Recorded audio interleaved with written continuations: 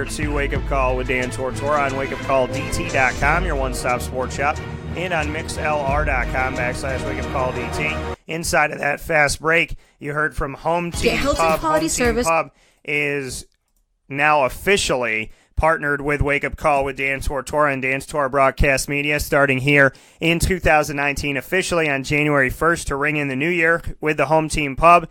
And a good friend of mine who has wanted this for a very long time, and that is Joe Khalil. I'm happy that he stepped into the new year, living his dreams and making them a reality, and I'm very proud of him. We're excited to be connected with the Home Team Pub. We thank them for everything that they do, as well as all of our partners in Wake Up Call with Dan Tortora and Dan Tortora Broadcast Media. Mike Sofka and I are hanging out here in the Fantasy Football Power Hour. The Fantasy Football Power Hour, is not just fantasy football. It's NFL talk and football talk in general. And I want to thank Mike for spending the first part of this speaking with me on the coaches that are out, Doug Marrone staying in, as well as some other things happening around the league. Mike Sofka of Hall of Fame FantasyFootball.com, myself, Dan Tortora, bring you the Fantasy Football Power Hour inside of Wake Up Call every single Thursday in the second hour, proudly presented by the Wildcat Sports Pub on 3680 Milton Avenue in Camillus, New York, and the Pennant Trophy Center on 119 East 2nd Street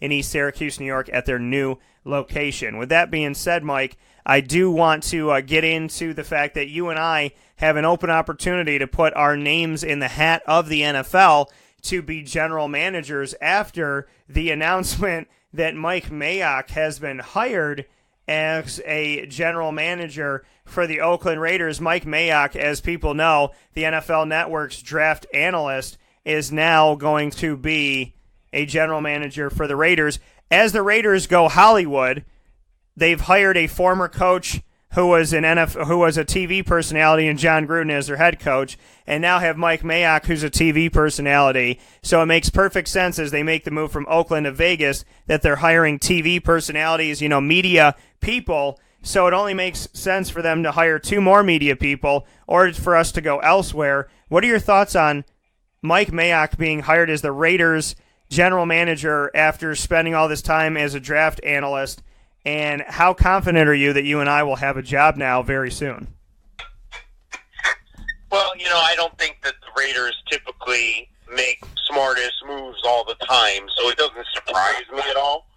I don't know. Let's see what he can do. I've listened to him. I've followed him before, and Mayock, seems to, know what he's talking about at times, but I don't know. It's almost like the situation where maybe he's good at what he does, but maybe it's the system. Maybe it's the system. How many NFL Network draft analysts are there? Well, there's not many. So either he's really good, or that's just a product of the position he was in. So I'm interested to see how this turns out. I'll tell you this. The Davis family is, signing big checks and hiring people and taking chances by all means. I don't have to make $10 million a year. I'll give you a discount. $5 million will be perfect. I'll be director of player personnel. Hey, you want to come with? Let's go. Let's light this candle, and I'll try to put some good players on the field for Gruden. But the bottom line is still the bottom line. You got to win. And I win at fantasy football, so why not give me a chance? Mayock won on TV as the draft guy. Maybe he's going to win for you now. Maybe I'll win for you now, Davis. Come on, Davis, hire me.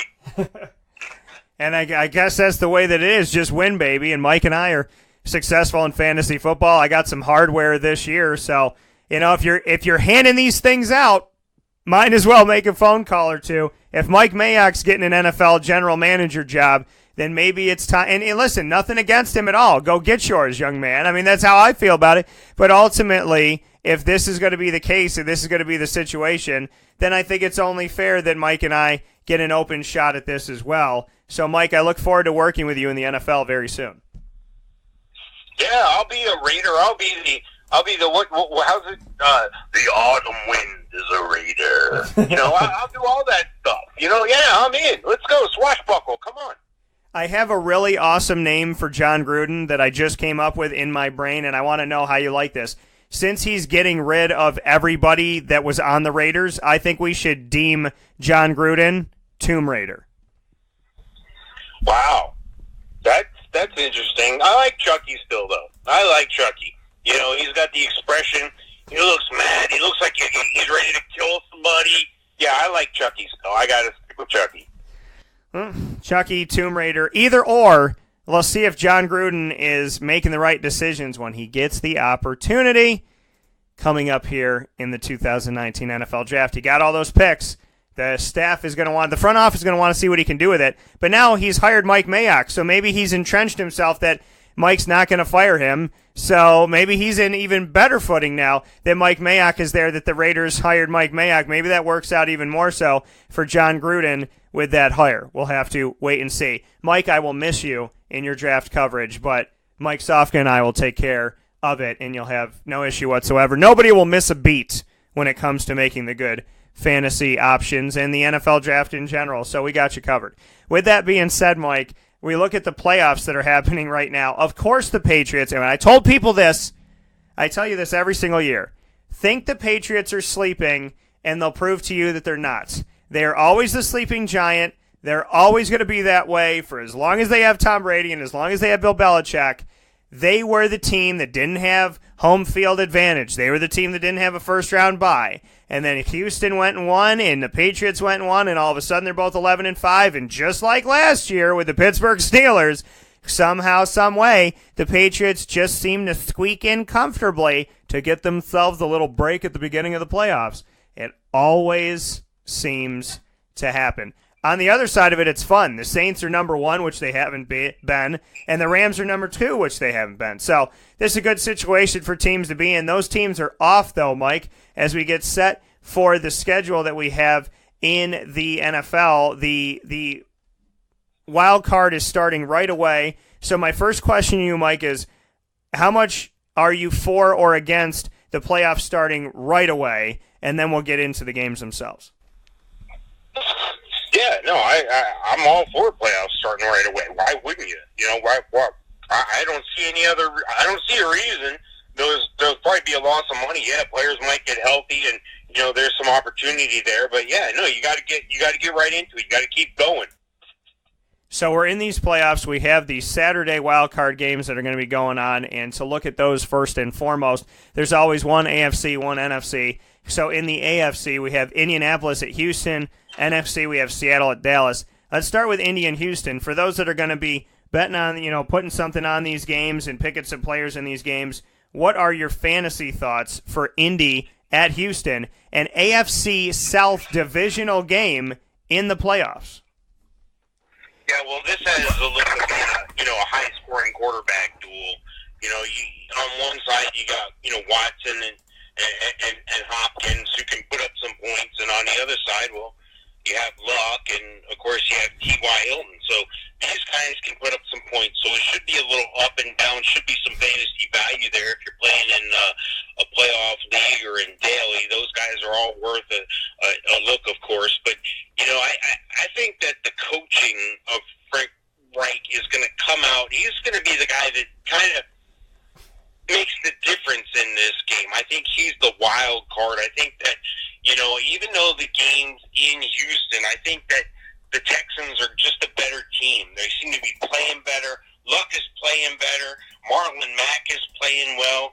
The defense is playing a little better. It just seems everybody is starting to peak at the right time. So even though the game's in Houston, I like the Colts. I think the Colts are going to win, and I think the Colts are going to go on behind the strong quarterback play, Andrew Luck. Yeah, this is an interesting game for me because the Colts, have been and this is why I said last year was the perfect time for Jacksonville to take advantage of the AFC South because the Colts were down and Andrew Luck was hurt. Where you sit right now is the Colts are striking at the best possible time.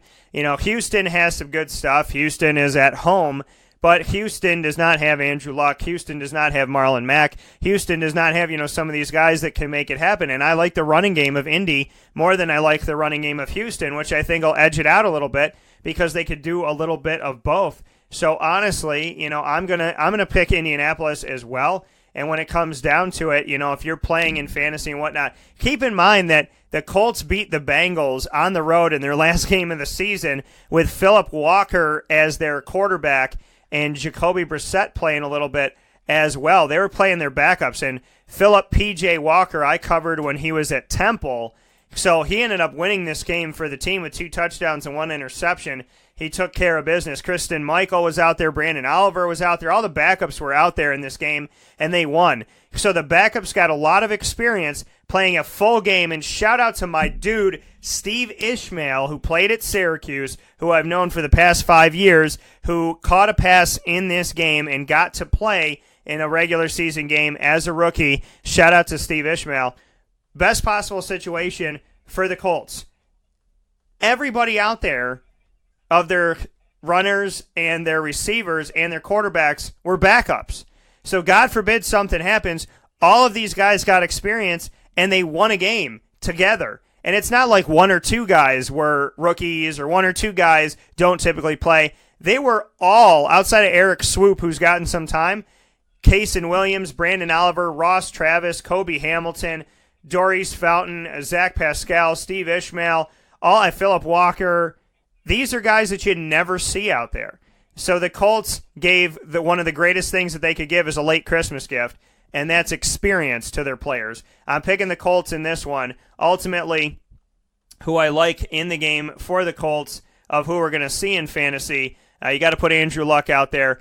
Jordan Wilkins, I would probably leave off, but Nyheim Hines and Marlon Mack, not a bad bet. Marlon Mack's had a lot of time off, so that's been positive for him and beneficial to him as well. Eric Ebron is worth the play. T.Y. Hilton, of course, is worth it. But they've tried to really get in a lot of their backups, which has rested some of these guys, which is going to bode well for you in fantasy. On the other side of it, for the Houston Texans, who had a lot riding on the line trying to win that game against the Jaguars, they were in a little bit of a different situation than the Colts were. The Colts, the Colts really leaned on giving all they could to their backups and ended up paying off.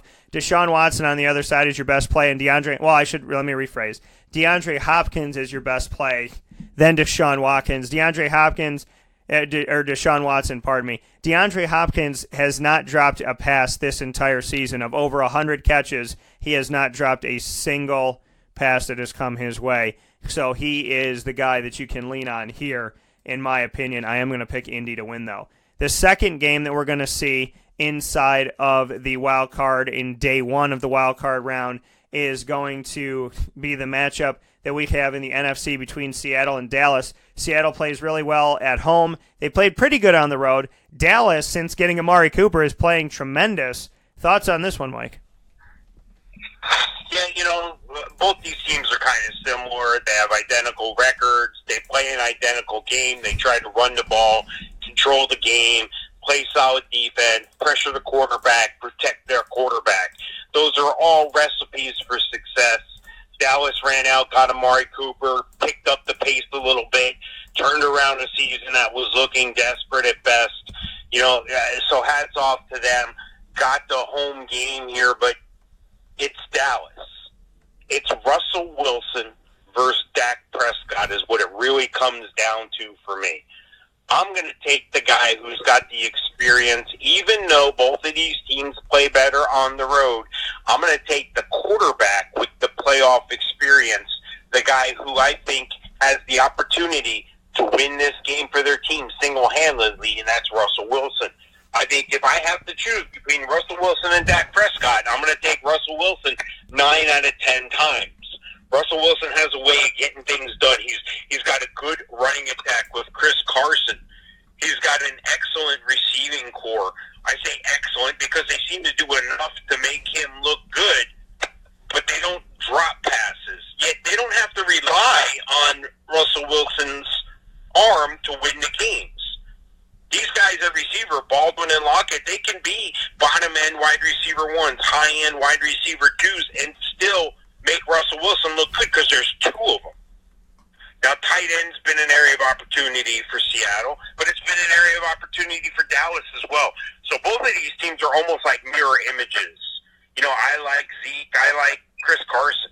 I like Amari Cooper. I like the wide receivers, Lockett and Baldwin. I think that this is going to be a great game to watch. It's going to be an entertaining game. But I have to go with Seattle here. I have to go with the experience at quarterback to win the game.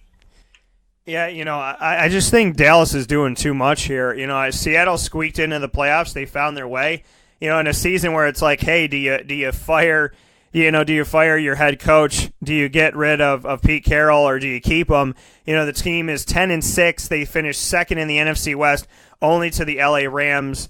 It's crazy to me to think that Seattle ends with double-digit wins after the way that it started and the way that it felt. I mean, they started their season losing at the Broncos, at the Bears. They lost 3 of their first 5 games before they started winning. They went on a 4-game winning streak and then went 2-1 in their last 3 games of the season, which included a loss to the Niners, a team that is going to be picking second in the 2019 NFL draft. So, just the way that Seattle's looked wasn't that pretty. The running game didn't start off that pretty either.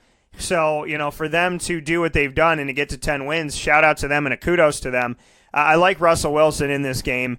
Chris Carson is somebody that I would lean on if it's going to be any running back on their team. And Tyler Lockett's been better than Baldwin in the staff, so I like Tyler Lockett in this. Nick Vanette, if you got to go for somebody on the tight end side, he's not a bad pickup. But ultimately, I would lean on Russell Wilson, then Chris Carson, and then Tyler Lockett from there. As far as the opponent that they're going to be facing in the Dallas Cowboys, Amari Cooper has made this into a totally different team. And I love what Shannon Sharp said, Mike. I don't know if you heard what Shannon Sharp said, but he made a comment, and I want to direct quote him here before I get the rest of my thoughts out about Dallas. But the direct line from him was, John Gruden should be executive of the year because he's made 2 teams championship caliber, the Bears and the Cowboys, by trading Amari Cooper and Khalil Mack. So your thoughts on this? I mean, the fact that he gets rid of Khalil Mack and allegedly never speaks to him, the Bears are in the playoffs and can win the Super Bowl. He lets Amari Cooper go, and the Cowboys, who didn't have a number 1 receiver,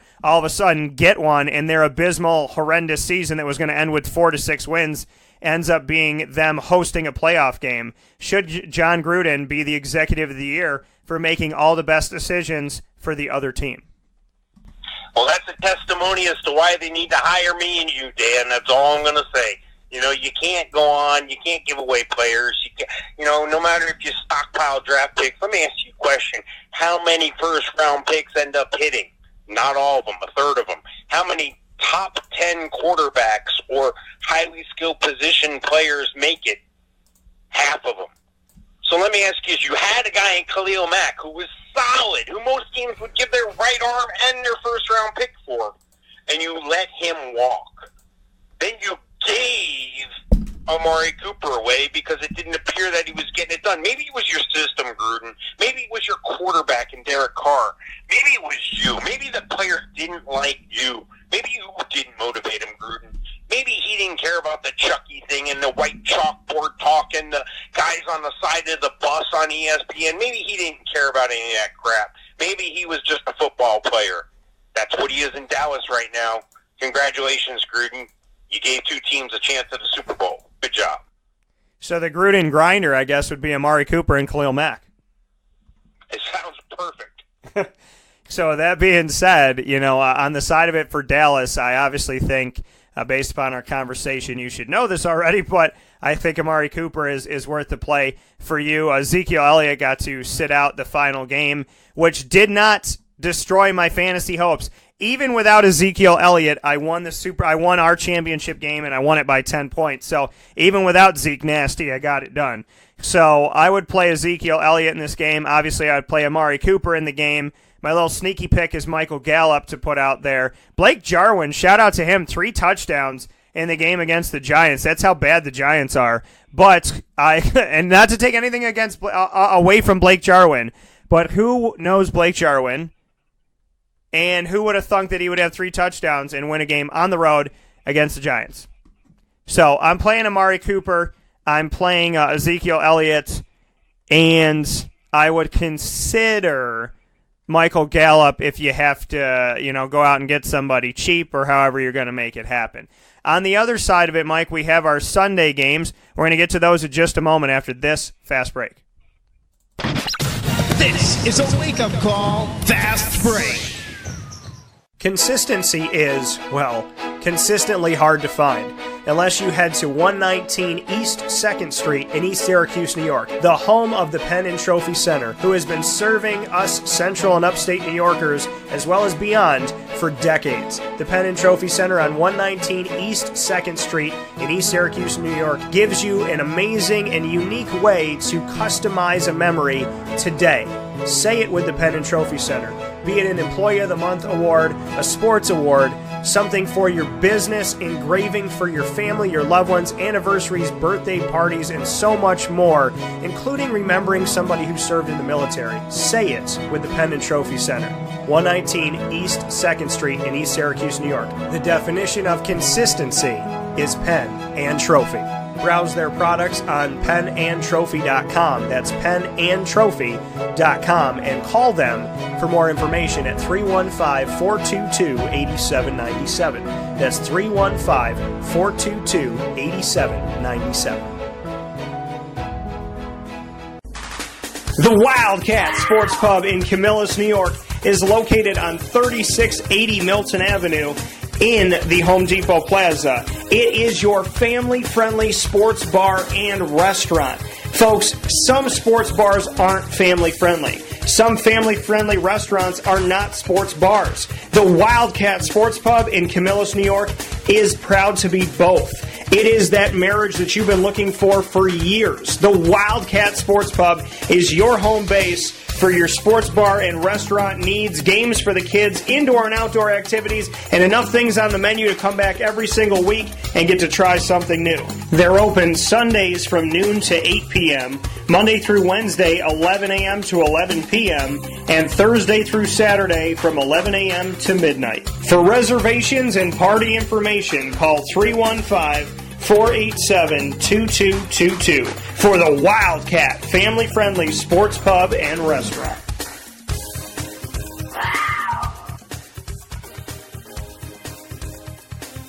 Welcome back here to Wake Up Call with Dan Tortora on wakeupcalldt.com, your one-stop sports shop, and on mixlr.com/wakeupcalldt. Hanging out with you and under promise, over deliver. We like to bring you fantasy football power hour every single week, but we always bring you power more than the hour with, and maybe we should, I kind of like that. What do you think about that, Mike? The fantasy football power more than an hour. I kind of like that name, kind of has a ring to it. Yeah. It's workable. It's malleable. We'll see. It's a work in progress always, just like your fantasy football team all year long. It's once you think you've got the best team, you're wrong. You know, you got to keep building. You got to keep looking. You got to keep changing. You got to keep evolving. You got to keep adapting, and that's kind of what we do here. So yeah, it goes hours. Great. I'm good with it. Fantasy football power hours. Fantasy football more than an hour. You know, I mean and you bring up a good point. You know, I was making moves on my fantasy team all the way up until the championship game. I brought somebody had left Alshon Jeffrey off for whatever reason. I had Nelson Aguilar. I dropped Aguilar and picked up Jeffrey right before the game, a couple days before the game or whatever. I mean, I made moves all the way up until the last possible moment to give my team the best opportunity to win, because I knew I wasn't going to have Ezekiel Elliott, which means that 20 to 30 points were going to be off the board for me. So I had to make up for that, and I had to scour the waiver wire. I had to scour free agency. You're always making moves to get better, and you're always making moves to advance yourself if you're playing fantasy the right way. You're not just drafting and hoping for the best. You're drafting, you're monitoring, you're watching, you're assessing, and you're making moves. Even with defense and special teams, I have no marriage to any defense unless they're good every week. I will drop a defense and pick up a new defense like nothing if it's what it takes. I'll pick up a new kicker, because back in the day when extra points were right in front of the goalposts, kickers never left your team. Now, kickers get fired all the time, and they get moved, and they get dropped, or they get put to the second string, and the first string changes. So, kicker, defense, I'm out there looking for that. I'm out there looking for matchups. I'm looking for teams that rely on their kickers to win last-second games. I'm looking for all of that stuff. If you are not paying attention, if you are not monitoring, and if you're not listening to our Fantasy Football Power Hours with Mike Sofka of Hall of Fame FantasyFootball.com and myself, Dan Tortora, you're doing yourself a disservice. I'm not saying that we're perfect. Nobody's perfect. But I'm saying that we do our research, and we spend more than enough time, and more than the time that we promised, to try and get you ready for what you have coming up. And that's exactly what we're doing this week, and it's what we do every single week, is prepare you for what's to come. And we will give you all the information that we have, as much as we possibly can, to put you in a good situation. The Los Angeles Chargers and the Baltimore Ravens, they're in a good situation because both of these teams, Mike said off the air, could win the Super Bowl. And I agree with him on this. The Los Angeles Chargers are damn good. They're the best team in L.A. right now. The Baltimore Ravens, who would have thunk it? The Baltimore Ravens, somebody at the beginning of this season, named Dan Tortora, maybe, possibly, said to you on this radio show, Wake Up Call, that the Baltimore Ravens were going to eventually start Lamar Jackson, and he was going to be successful. He is the only rookie quarterback in the league that's in the playoffs of the 5 that were drafted in the first round. He also has 1 loss as a starter and arguably could have been an undefeated starter heading into the playoffs. He will be the youngest rookie quarterback to ever start a playoff game this weekend in Baltimore, Maryland. This is a tough game because I want them both to win. Thoughts on this one, Mike? Well, to me, this game's almost a coin flip, but I'm going to go with the hometown team here, and I'm going to go with the Ravens because they can do what nobody else can. They have the formula that nobody can crack. And it's as simple as this. What are the Ravens always known for? Great defense. They're playing great defense. And what are they doing now? They're running the ball. They're controlling the clock. They're keeping the challenge of the other team. They're keeping the quick scoring, high-flying, throwing, and dynamic running attack of the Chargers on the sideline. That's the formula. We saw it in Kansas City, but Mahomes got lucky toward the end of the game there. They were going to beat Kansas City in Kansas City. We've seen them beat teams ever since Lamar Jackson took over the helm. Look at Lamar Jackson and Gus Edwards exploding on the scene. All they're doing is leading the NFL in rushing. Now, I'm not saying this is going to be a career style for Lamar Jackson. They're going to have to adjust this and scale it back if they want some longevity out of him. He's turning into a 1,000-yard rusher. He's on that pace as a quarterback. So, I mean, if you're playing, these daily fantasy leagues, yeah, you're going to get some points. Lamar Jackson's going to score you some points. He's not going to give you top edge points. He's not going to give you Deshaun Watson points. He's not going to give you Trubisky points even, but he's going to give you enough points to keep you competitive to let you spend your money elsewhere on your roster. I like Lamar Jackson. I like the Ravens in this game. Interesting, the Ravens have 4 tight ends that are carryable, 4 tight ends that they play, and 4 tight ends that we've all heard their name at one time or another. Max Williams, Nick Boyle, you got Hayden Hurst and Mark Andrews. They can spread the ball around when they need to pass the ball, but they don't pass the ball that much. They use these guys as blockers, and then they open up on the play action, on the option plays, on the pitches, and so forth. That's what makes this Ravens team so extraordinary. NFL teams don't play like this. NFL teams don't do this. This isn't an NFL offense. This is a simplified, break it down, I'm running the option. If the end crashes down, I go out, I pitch out. There's certain rules that are coming to play here. There are no rules, though, when it comes to athleticism, and that's what Lamar Jackson has. Now, on the other side of the ball, Phillip Rivers is an excellent quarterback. He has excellent players around him. Melvin Gordon is awesome. Austin Eckler is dynamic as well. He's got receivers. He's got Mike Williams. He's got Keenan Allen. He's got players. He's got talent. You know what? He doesn't have the athleticism that Lamar Jackson has. And you know what else he doesn't have? He's not going to have the time on the field because Baltimore's going to control the clock and control the ball and keep Phillip Rivers on the sideline. That's the formula for success. Great defense, home field advantage, control the clock, control the tempo of the game. The Ravens win. And, the thing is, we don't always have this luxury, but we've seen these two teams play each other already. And we saw this in Los Angeles. Now, normally when East Coast teams go to the West Coast, they have a lot of trouble. That East Coast, West Coast, West Coast, East Coast, you can't understate what that does. And I know that Jacksonville struggles when they go to the West Coast. And, the Baltimore Ravens, they go all the way over to L.A., and they win the game 22-10. Now the Chargers have to come all the way over to Baltimore, and Baltimore's already proven that they can win going East Coast to the West Coast. And that game was 22-10. It wasn't even close. The defense of the Baltimore Ravens made the Chargers' offense look terrible. Phillip Rivers didn't throw a touchdown pass. He didn't throw for 200 yards. He threw 2 interceptions. He was sacked 4 times. Melvin Gordon had a touchdown, but he only ran for 41 yards on 12 carries. Their top wide receiver, Keenan Allen, had 58 yards. That was it. That's what Baltimore did. Mark Andrews led them against the Chargers defense. Mark Andrews, who's a rookie tight end on the team, up, down, around the corner, he had a touchdown in the game. Gus Edwards had 92 yards. Lamar Jackson had 204 yards passing and a touchdown, no interceptions. He only had to run for 39 yards on 13 carries. Lamar Jackson didn't even have a good running day, and the Ravens won the game. So, yeah, I'm picking the Ravens in this one. Now, if the Chargers win, watch out, America, because it's going to be a run. But the Baltimore Ravens, I told you Lamar Jackson would be a starter. I told you Lamar Jackson could get it done. I told you Lamar Jackson would have success. I said all those things. I stood by all those things, and I got laughed at. Well, Lamar Jackson, folks, is 6-1 as a starter. 6-1 as a starter. Or, pardon me, 5-1. Let me restate myself. 5-1 as a starter. Because he started in... Oh, no, I'm sorry. I'm right. Okay, so I just fought with myself twice. He started against the Bengals. 6-1 as a starter. So he is 6-1 as a starter. The only game they lost was in overtime by a field goal to the Chiefs, where some people said there were some questionable calls with the officiating crew.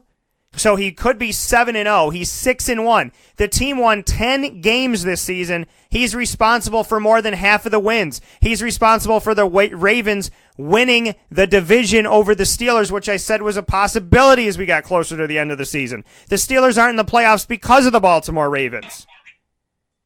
And the Steelers have Antonio Brown. The Steelers have Juju Smith-Schuster, Vance McDonald, Jesse James, James Conner, and Ben Roethlisberger. And the Ravens still made it with Lamar Jackson, not Joe Flacco. The Ravens are 6-1 with Lamar Jackson. Lamar Jackson has more wins than any other rookie quarterback this season, including Baker Mayfield, who set a bunch of records. The Baltimore Ravens and Lamar Jackson are going to the playoffs, with Lamar Jackson being the youngest quarterback to ever be a rookie and start a playoff game. They won their division. They did not get a wild card. Everything Lamar Jackson is right now is what I was trying to tell people about. He's better than I thought he would be. He made Gus Edwards relevant. He made the Ravens relevant. He made this team relevant. He saved John Harbaugh a job this year. And probably simultaneously lost the job for Joe Flacco. Lamar Jackson is the truth. And everybody keeps saying they'll figure him out next year. They'll figure him out next year. They'll figure him out next year. It's not next year. And Lamar Jackson was in Louisville wreaking havoc on people for years. He runs the ball. Michael Vick ran the ball. Nobody could figure Michael Vick out. Lamar Jackson, thank you for being the great player that you are, because I knew I wasn't crazy when I said it. You're the man that proved it on the field. You're the guy who's 6-1, and you deserve all the accolades and all the credit for this, and don't let one single person take it away from you.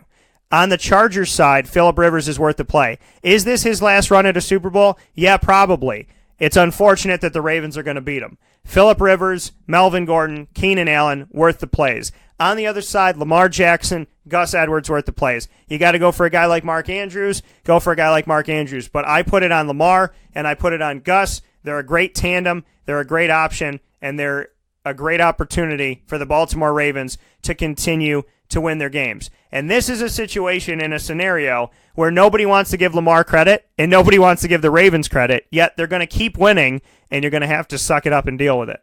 Philadelphia at Chicago, Mike, the NFC game that we didn't think would happen. This game makes a lot of sense at the end of last season. It makes no sense now with Philadelphia having a very haphazard season, yet they do better with their backup too, don't they? Nick Foles is the reason why the Eagles are in the playoffs. Chicago Bears are getting it done with Khalil Mack, and Mitch Trubisky, who gets no respect, he's doing enough, and Tariq Cohen has finally stepped his game up. Thoughts on this? Chicago's got some injuries, but we know that an injury to Allen Robinson doesn't mean anything, potentially, with the Jaguars getting all the way to the AFC Championship game with him being out for the year, but we do hope he gets better as soon as possible. Philly at Chicago, a team that won the Super Bowl last year but wasn't supposed to make it this year, against a team that could win the Super Bowl this year. Thoughts on this one? Yeah, it's an interesting game for me to watch. I think this is going to be, a fairy tale again for Philadelphia. And Nick Foles takes over late in the year. It's a great story. We've seen this story before. We saw it play out on the big screen, and it had a fantastic ending, and the underdog won, and we saw the dog mask, and everybody was happy. Yeah, this is like the sequel to that movie, and it's just not going to be as good. And this is where that story ends, I fear, is in Chicago. I think Philly is a better team with Nick Foles at quarterback, but I think they lack the killer instinct they had last year. I think the Bears have the better pass rush. I think the Eagles' defense, their secondary, is suspect once you dump the ball over those linebackers and penetrating defensive linemen's rush. I think that there's a weakness in the secondary in Philadelphia. I think the Bears can expose that. And, wait a second, there's a guy who played in the Super Bowl last year, isn't there? He's going to be on the field. Trey Burton, he threw a touchdown pass in his Super Bowl. He's on the other team. He plays for Chicago now. Chicago, that could be the difference. Trey Burton, wouldn't surprise me to see you get punked on the same play that you ran with him. Wouldn't surprise me that he comes up big in this game. Good for Trey Burton. Good for Chicago. I like Mitch Trubisky. I think he's an outstanding quarterback. I think he's surpassed most people's expectations when he was surprisingly picked as high as he was. I think that Chicago has an excellent tandem at running back, Tariq Cohen and Jordan Howard. I think they make each other better. I think Tariq Cohen is the better of the two as of late, but Jordan Howard had a big finish to the season there. I think the receiver situation is moot. I think it doesn't really matter who they put out there. I think Trubisky is good enough to hit the targets. I don't think that it matters if it's Anthony Miller or Trey Burton. If Allen Robinson's healthy enough to play, I think he will be. I think he'll make the game. I think he'll make the field. But Philadelphia, you haven't been getting it done consistently throughout the year. If Josh Adams is all of a sudden at the end of the year your leading rusher, you've had problems. Alshon Jeffrey having to come back and make something happen. Golden Tate, Nelson Aguilar, these guys need to step up. The one guy they can count on, though, in Philly is Zach Ertz. I fear it's not going to be enough to get past Chicago in Chicago with Khalil Mack, with that defense that seems to be solid up and down, and with that solid run game and the solid quarterback play behind Trubisky. I think the Bears are going to go ahead and win the game at home. Yeah, I'm going to pick the Bears in this one as well. I think the Bears got a shot to win the Super Bowl. I think the only thing that stands in their way are the Saints, and I think the Saints are ultimately going to take that away from them. But to not take anything away from Chicago and what they've done this season, Philadelphia, it's worth starting Nick Foles, Alshon Jeffrey, and Nelson Aguilar potentially, Zach Ertz, and then Josh Adams if you have to go for somebody cheap or dig deep depending on what you're playing. On the other side, Mitch Trubisky, I'm not a big fan of his numbers, but he's due to have a good game, so I'm not against Mitch Trubisky, but I'd obviously pick Foles above him. Tariq Cohen's worth the play, and Jordan Howard, just when you think he's not relevant, he ends up being relevant, so you kind of have to get after both of them, but Tariq Cohen's had a better year. And then Taylor Gabriel and Trey Burton are both worth the play, and I agree with you, Mike. I think they're going to use a trick play against Philadelphia just to show them what they lost and to kind of say thank you, a backhanded thank you for giving them Trey Burton and letting him go. So the way that it looks for Mike and I in this grand scheme of things is, we've pretty much agreed across the board here on what's going to happen in the playoffs. So, we're here in the wild card of the NFL, and the NFC and the AFC are getting ready and getting set for this. I'm very excited about what's to come, and we'll see how we do here. Stay in touch with us on youtube.com/wakeupcalldt and on Twitter at CallDT, Facebook at wakeupcall_DT, because Mike and I are going to be posting a video coming up here about all of our picks all the way to our Super Bowl champion and our score coming up very shortly. So, with that being said, with the fantasy talk, the coaching talk, the West Virginia-Syracuse talk, and ultimately the talk on the playoffs and who's going to win this thing, Mike, I want to thank you for the time that we got to spend together, and I appreciate you being here as always. All right, it was great, Dan. Thanks, and I'll talk to you soon. Happy New Year, sir. You too. All right, take care. That coming from Mike Sofka once again here on Wake Up Call with Dan Tortora. Every Thursday, under promise, over deliver. We say we go from 10 to 11.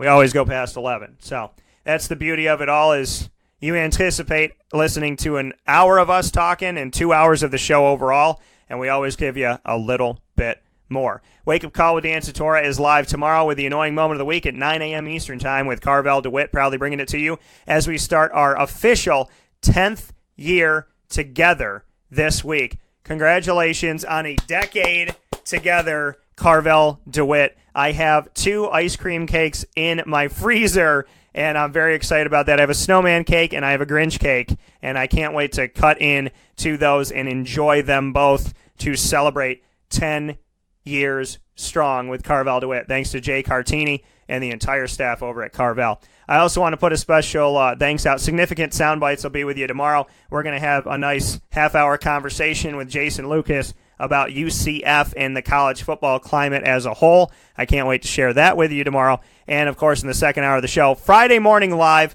we'll have some fun with that inside of the studios. We'll have ourselves a good time. So look forward to talking with you. Look forward to being with you this Friday and every Monday through Friday from 9 a.m. to 11 a.m. Eastern Time. Happy New Year once again, and God bless to each and every single one of you.